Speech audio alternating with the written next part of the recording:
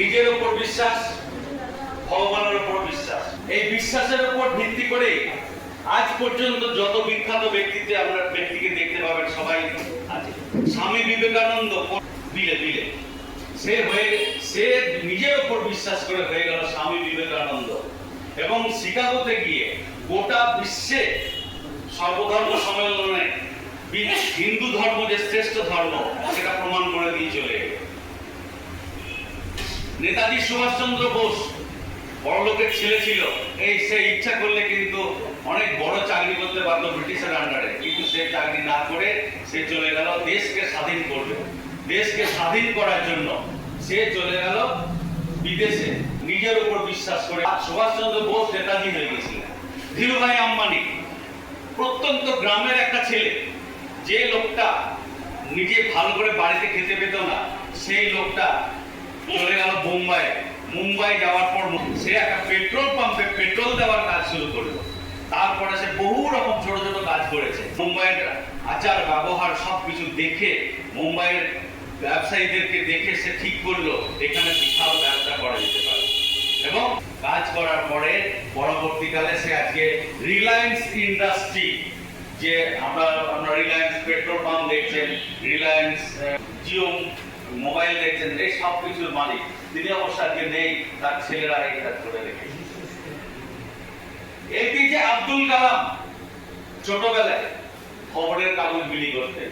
তিনি নিজের উপর বিশ্বাস করে শেষ পর্যন্ত হয়ে গেলেন কি ভারতের প্রেসিডেন্ট, এবং মিসাইল ম্যান হিসাবে তিনি নিজেকে প্রতিষ্ঠিত করেছেন।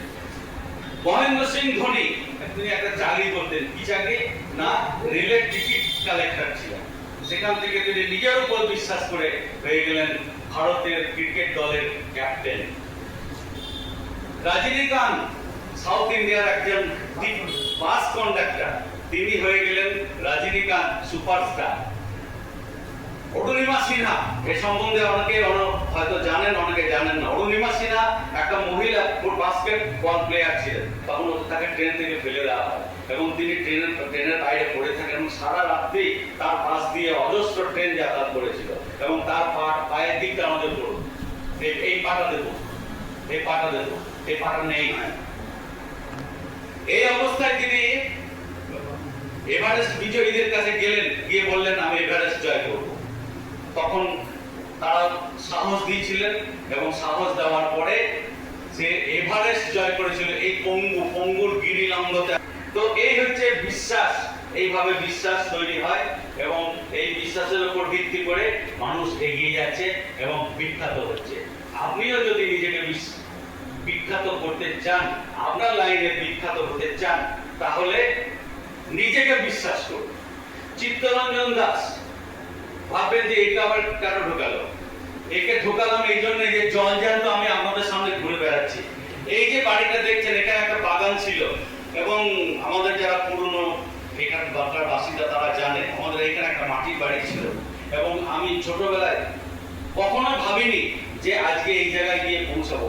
কিন্তু আমাকে প্রত্যেকটা মানুষ ছোট থেকে, যেহেতু আমি খুব সরল ছিলাম, কিন্তু বুদ্ধিমান ছিলাম কিনা জানি না, কিন্তু প্রত্যেকটা মানুষ আমাকে পিছিয়ে ধরেছে, পিছিয়ে টেনেছে, বলেছে তোর দ্বারা কিছু হবে না, তুই বোকা, তুই সব কথা বলে দিস। এবং আমার বিশেষ একদম আত্মীয় আমাকে বলেছিলেন, তোকে বড় যখন হবি তখন তোকে মুনিশ খাটিয়ে খাওয়াবো। সে আমার গার্জিয়ান, তিনি আমাকে বলেছিলেন যে তোকে মুনিশ খাটিয়ে খাওয়াবো। সেই চিত্তরঞ্জন দাস আজকে কোথায় এসে পৌঁছেছে আমরা ভালো করেই জানেন। বিশ্বাস, বিশ্বাস, বিশ্বাস, নিজের উপর বিশ্বাস। আমাদের পাড়ার একটা মেয়ে, সে এখানে এসে তা বললো যে আমার স্বামীকে আপনি একটা চাকরি দেন, আমাদের অবস্থা খুব খারাপ। তারপরে সেই স্বামী এজেন্সি, আমি তাকে এজেন্সি দিলাম, এজেন্সি নিল, এজেন্সি নেওয়ার পরে সেগুলো কাজ করতে পারলো না। কিন্তু সে নিজের উপর বিশ্বাস করেছিল, সে নিজেকে বিশ্বাস করেছিল। সেই বিশ্বাস করার ফলে আজকে তীর করে এমন একটা জায়গায় গিয়ে পৌঁছালো যে সে আজকে কিন্তু নিজের দুটো মেয়ের বিয়ে দিয়েছে। এখানে নিজের বাড়ি তৈরি করেছিল তারামতলার পিছনে, নিজের দুটো মেয়ের খুব সুন্দর জায়গায় বিয়ে দিয়েছে বর্ধমানে, এবং বর্ধমানে আজকে ফ্ল্যাট কিনেছে, এখানেও ভাড়া আছে, এখনো কিন্তু সে কাজ করে যাচ্ছে। সে হচ্ছে সুদীপ্তা সিনহা। দয়া করে একটু উঠো, তোমাকে সবাই মিলে দেখুন, তোমাকে দেখতে পায় না তো আমাকে দেখতে মানুষ। আর একটা ছেলের কথা বলবো, তাকে যখন আমি দেখা করতে গেলাম, এজেন্সি দেওয়া হয়ে গেলে তখন পরীক্ষা হতো না। তাকে যখন গিয়ে আমি একদিন চলে গেলাম মোটরসাইকেলে, গিয়ে দেখছি যে তাকে জিজ্ঞেস করছি যে ভাই ওই ছেলেটা কোথায়, তো বললো যে দেখুন ওইখানে দাঁড়িয়ে আছে। দেখছি একটা জমিতে আখ কাটছে এবং এইরকম একটা গামছাকে লেন্টি করে আছে, 4-5 জন আখ কাটছে। তাকে যখন ডেকে আনলাম, ডেকে আনার পরে সে দাঁড়ালো আমার কাছে। তাকে বললাম যে এরকম তোমাকে এজেন্সি দিয়েছি, তুমি যাচ্ছ না কেন?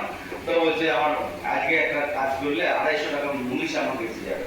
তার বাবাকে ডাকলাম, দিয়ে বললাম যে আপনার ছেলেকে আমার হাতে ছেড়ে দিলাম। তো সেই ছেলেটা আজকে ডিএমস ক্লাব মেম্বার পেয়ে মোটরসাইকেল চেপে ঘুরে বেড়াচ্ছে, নিজের মেয়েটা খুব সুন্দর বিয়ে দিয়েছে, নিজের পাকা বাড়ি ধরে রয়েছে, নকুল চন্দ্র দাস।